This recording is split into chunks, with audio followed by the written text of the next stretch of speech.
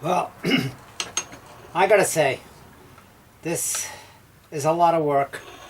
I've been going through here slowly back and forth. Have sharpened up my tool once. This is the longest tool that I have to reach in there.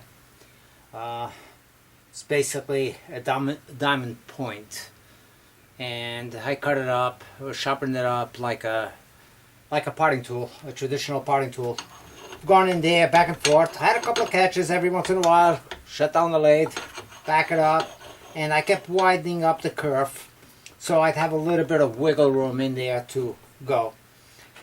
I started up the secondary cut back here because what I'm looking at is the possibility. Don't know if it's going to work, and I hope that what I'm doing didn't ruin a perfect piece. Now I've gotten pretty close to the middle over here, and you can see that it's a little rough going, but you go slowly and you hold on to good firm on your cutting tool. But I'm about an inch from the bottom, and I think that at this point I've seen a little wiggle.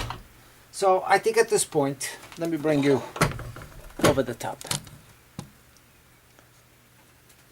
I think that I could probably separate it.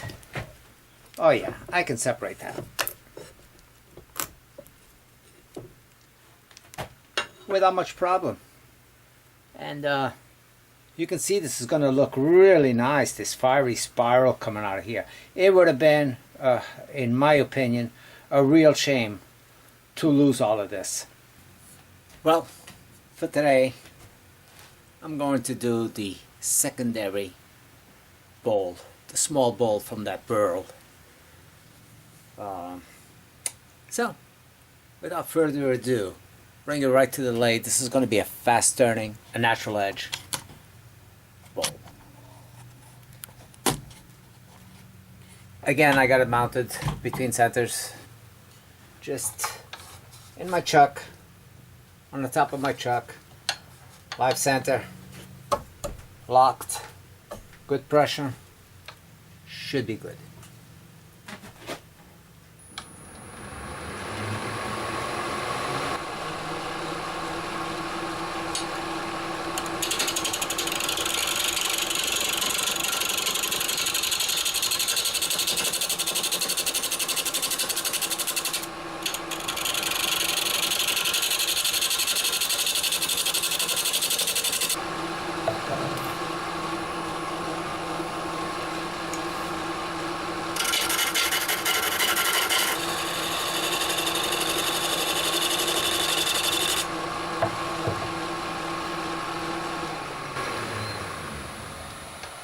You know, I'm always guessing the size of my tenon, and it's just a matter of time before I make one that's too small. I think this is the case. The size of the bowl is kind of threw me off.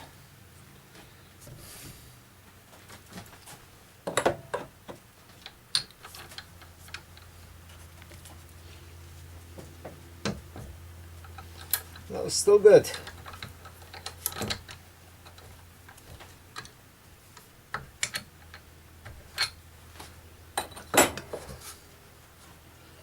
So I'm going to go in the back and bring this up a little bit further. The bowl is going to end up a little bit smaller, but a little bit deeper than what it is right now.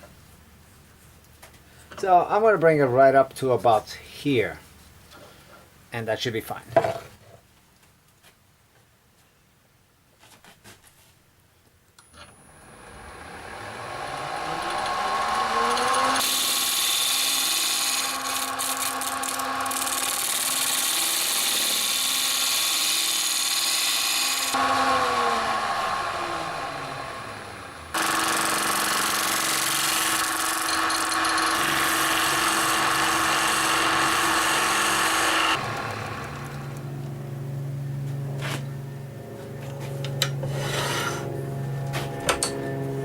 Well, it's much easier right now, and I'd be eating all of this away. With a big one, it worked pretty well. So there's no reason why the little one can't work and get one more core out of this.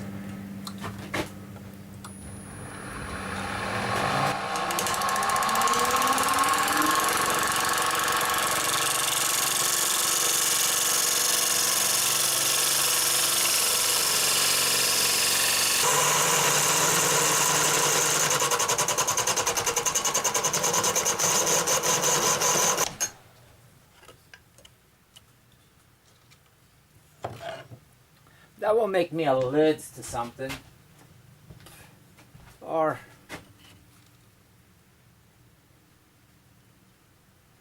gotta go a little deeper.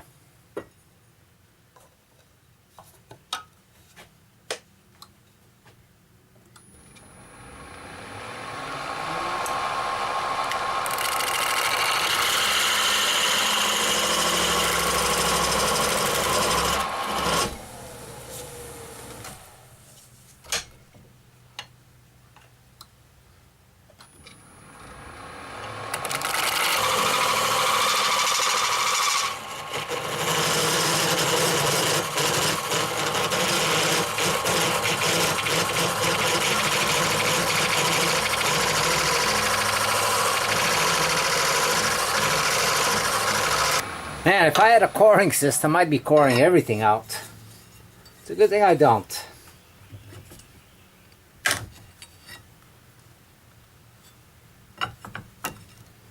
So, here's another little piece. And I don't know what I'm going to do with this, but it will most likely make a lid to something.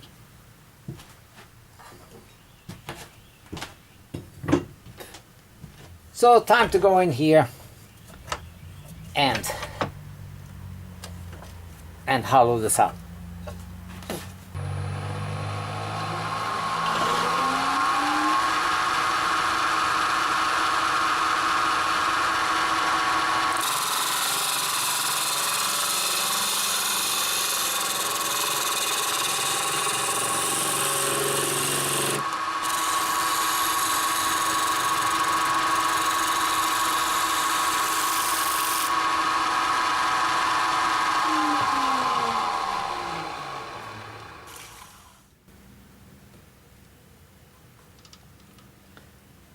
Well, this gives me a Burl candy dish, but it's a little bit thick. I'm going to thin it down a little bit still. It's thick for its size.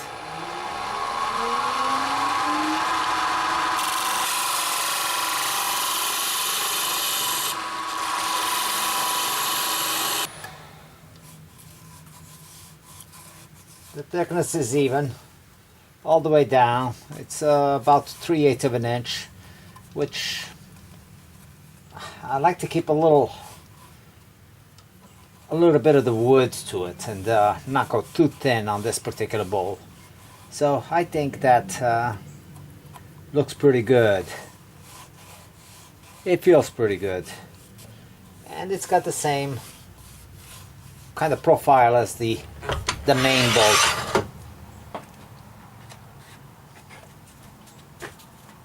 So time to give it a quick sanding.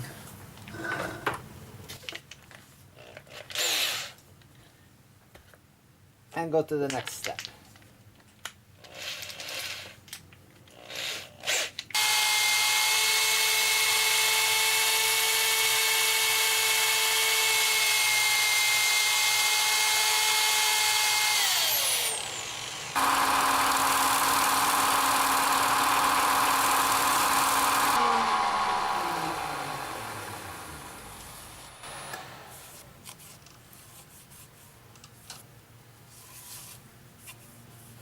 That's smooth.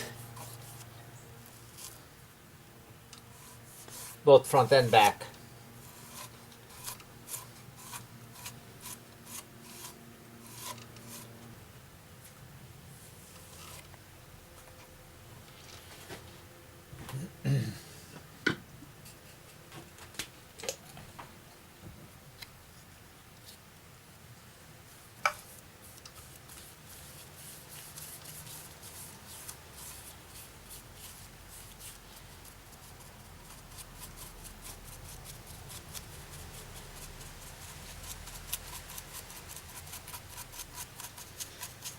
And I always seal the bark as well. I don't sand the bark, but I still put sealer in there.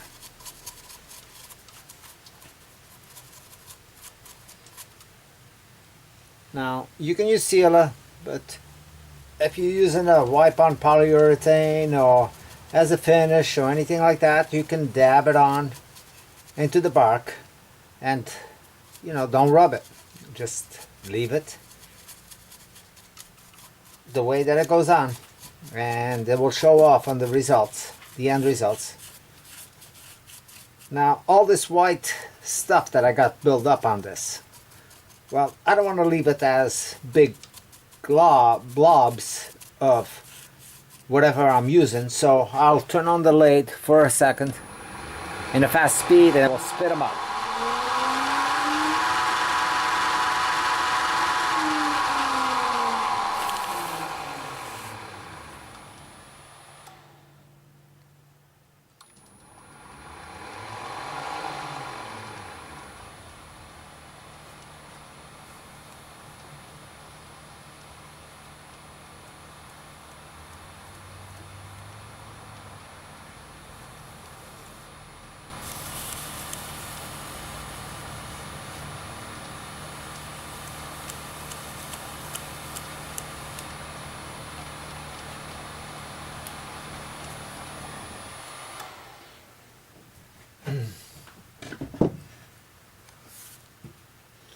Let that dry for 3 to 5 minutes and wet sand it.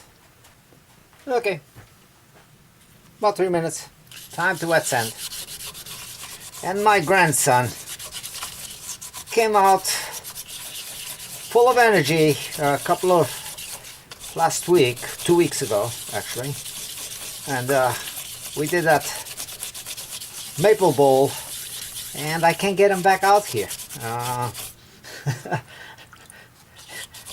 And just so you know, I did give him some money for coming out here, and as an enticement to come out here more often.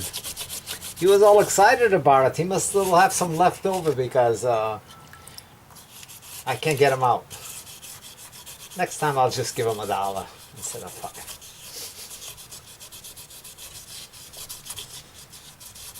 Kids, you know, it's funny. You know, what they do, what did they want to do, and totally understand that. Not that I remember too much being that age, but I do remember certain things at that age.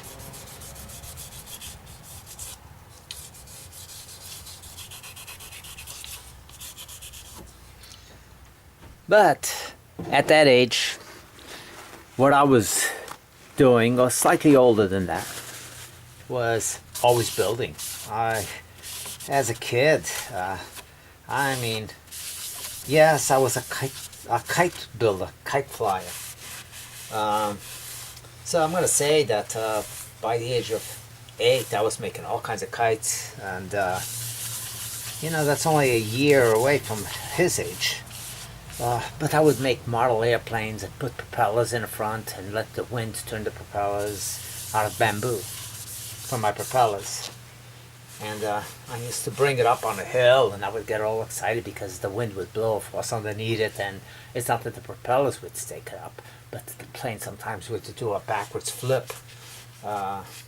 And all my cousins and everybody around me would always be hanging around me with my builds, whether if it was a go-kart, whether if it was cutting a wheel in octagon shape and then cutting the corners again and again, because, you know, I only had a handsaw, you know, accessibility to tools that my stepdad used to have.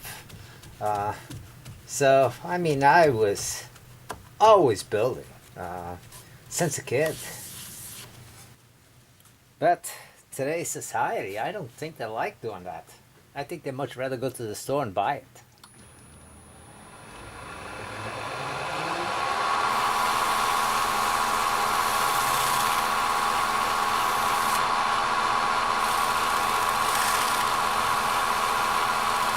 And I don't blame him because the toy's sure are better built than what you can do yourself as a kid. And kids don't realize the importance, the value of something that you make yourself versus something that you buy. If what you buy is cooler, then it's better. At least that's what I think the outlook on them is. Now Elias does get excited coming out here when he does. And he shows a little bit of interest when I bring the pieces in. Yesterday he wanted to know what piece of wood that I get that came from another country. Which was this, of course. Came from Canada to me. So it's like, oh, that's cool. But that was it. It's like, you coming to help me?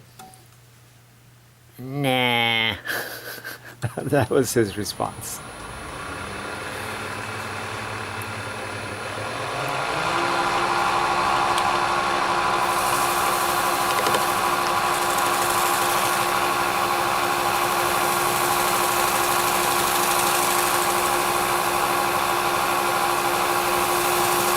And this is a new mix that I'm trying out, which is shellac and Danish oil. So yes, well, I'm going to flip it over real quick and do a finish up on the back side. Now, you've seen that I use this quite a bit, and whether if I mount it inside or just have it face mounted like that, it all works the same. So for this one being small,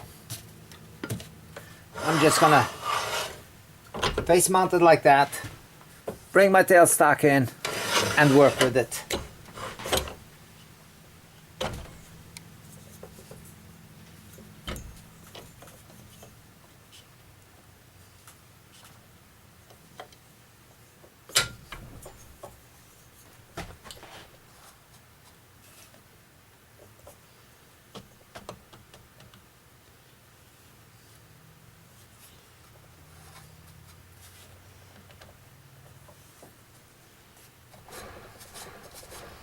And that looks pretty good.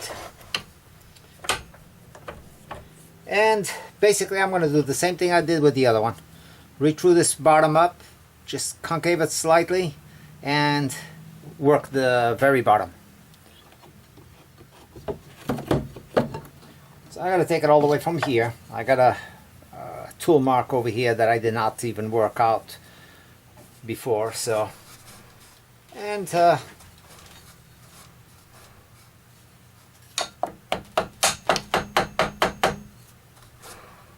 that's not bad.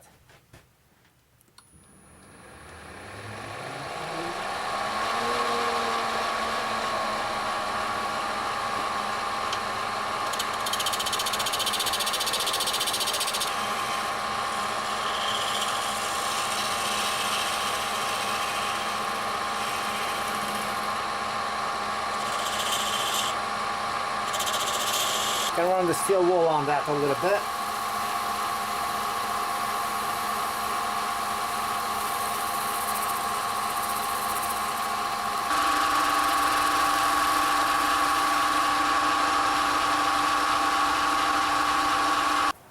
Anyway, this is piece number 2 from that Burl. Small. It's a small candy dish. It will serve its purpose as well. Bottom. Not bad. The finish. Could have spent a little bit more time on this back. But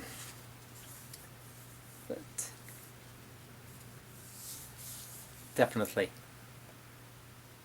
worthy.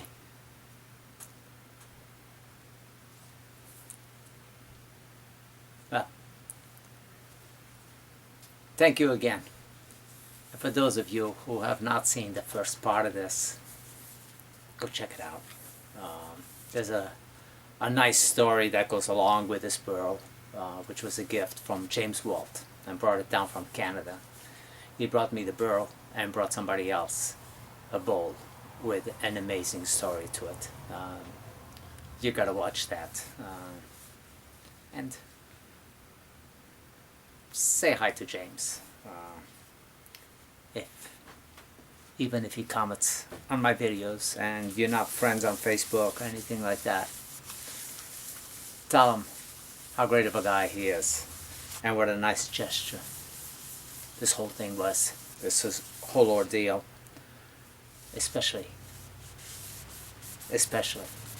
the gift of life that he gave to those people on the bowl that had been started by somebody who took it up and was never able to finish it. And James went ahead, finished it, and came down and hand delivered the finished bowl to the wife of the deceased Woodturner and his best friend.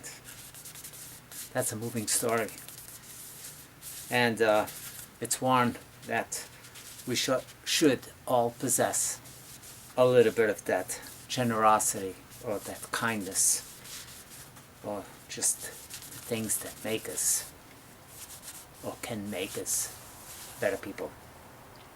On the first bowl, what I did is I'm not asking for anything for myself, and regardless of whether if I get any donations on it or not, the bowl will be drawn to whoever sends me a ticket with information, and in 6 months I will be doing the drawing, and somebody's gonna win the first piece. And I could very well do it for the continuing rest of this beautiful piece of wood, which I got this piece, the little tiny piece left over. I'm not going to make an ashtray because I don't endorse smoking anymore. And I got this ring that I'm going to be doing something with. There's no doubt about that this is going to create something. I just don't know what yet. But I'm sure that if you come back, I'll be working this out. But for now, that's what I got. This was a very quick turning. I don't know, it might have taken me a half an hour, 45 minutes at tops, to make this piece. Thanks for watching. Don't forget, please subscribe if you haven't subscribed, that is. And for those of you who have subscribed, thank you. Getting close to that 4,000, which is just unbelievable. Almost 4,000 subscribers. Don't think that I don't know what I do at times that keeps you guys coming around or keeping on subscribed. But whatever it is, thank you very much. Come back again. See you soon.